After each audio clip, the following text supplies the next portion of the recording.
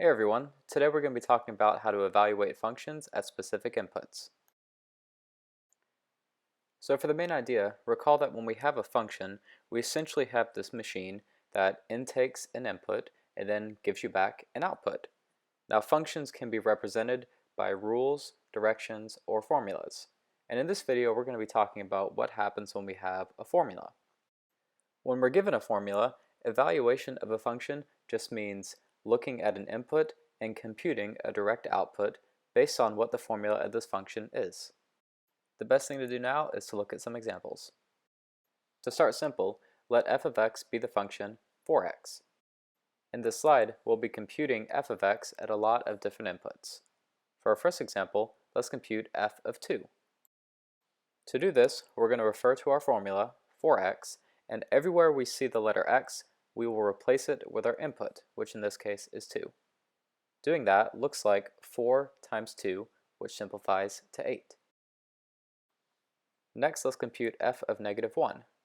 Same kind of thing, everywhere we see an x in our original formula, we'll replace it with the negative 1. Since our input has a negative sign, we have to make sure we're not dropping negatives. So a good idea is to put parentheses around all of our inputs. The way this would look is 4 times parentheses negative 1, which simplifies to negative 4. Next, let's compute f of negative x. Even though we're not evaluating f at an actual number, that's okay, we can still work through this simplification. This just means everywhere we see an x in our original formula, we replace it with a negative x. That will look like 4 times the quantity negative x, which simplifies to negative 4 times x. Now let's compute 2 times f of 3. Same thing, we'll plug in 3 into our original formula f of x, and then multiply the end result by 2. This gives 2 times 4 times 3, which simplifies to 2 times 12, which comes out to 24. The takeaway from this is that it is okay to multiply our output of a function by something external. Now let's do some examples that are a little bit more involved. Let's compute f of a plus f of b plus 1. First, I'll evaluate f at a, which comes out to 4 times a, and then I'll evaluate f at b plus 1. This means that everywhere I see an x in my original formula for f of x, I replace it with the quantity b plus 1, and I make sure I do this with parentheses, that way I'm keeping track of everything. Once I do that and I simplify, I get a final answer of 4a plus 4b plus 4. Now I'll compute f of x plus h minus f of x. Same thing that we did upstairs, but it's going to be a little trickier because we have a negative installed in this quantity.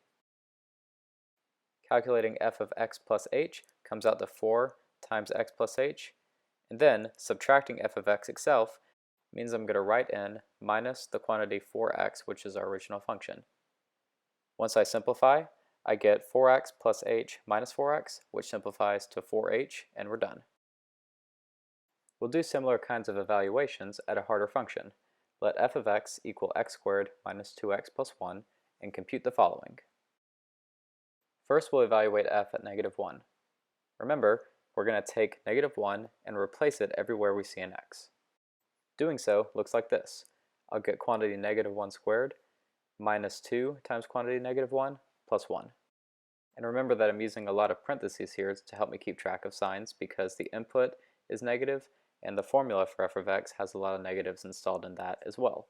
So it's easy to drop negatives, so we want to make sure we're not doing that. After some simplification, I end up with a final answer of positive 4. Next, we'll compute negative f of x itself. So I'm not so much evaluating as I am externally manipulating my function.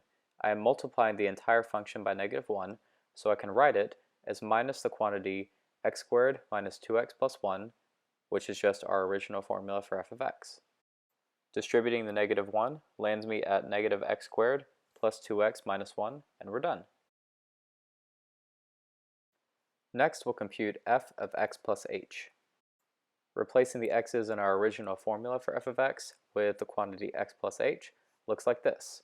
Quantity x plus h squared minus 2 times quantity x plus h plus 1.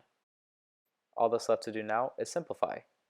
First, I'll FOIL x plus h squared to give me x squared plus 2xh plus h squared minus 2x minus 2h plus 1. Now, once I've simplified, I get a final answer of x squared plus 2xh plus h squared minus 2x minus 2h plus 1, and we're done. Nothing actually changed in this last step, but it's always good to be thorough and make sure that you've covered all your bases. Our last topic today will be on this thing called the difference quotient. The difference quotient is defined as f of x plus h minus f of x over h. This seems kind of meaningless at the moment, but it is something that you can commonly see in a college algebra class, and it's something that you definitely see in a calculus class.